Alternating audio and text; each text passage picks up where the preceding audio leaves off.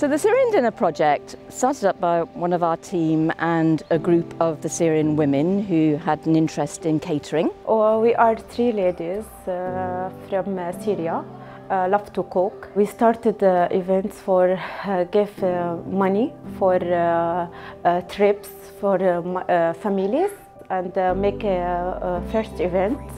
And after that, make more events. Our project unites us. We cook with love, sharing food for the community. It then developed because it was received so well by the local community.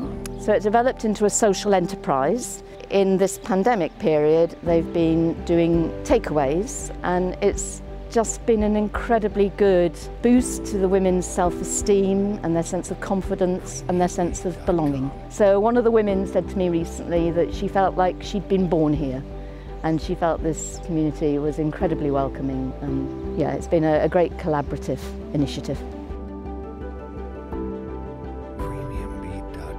It was just so intimate and casual and carefree, because I think in concerts like these bring out a side of them that maybe doesn't have the chance to come out during daily life. So to actually show another side of those people, they're not just shy people trying to figure their way out here.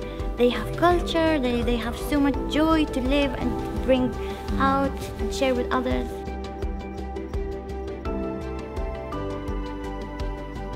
The children had fun.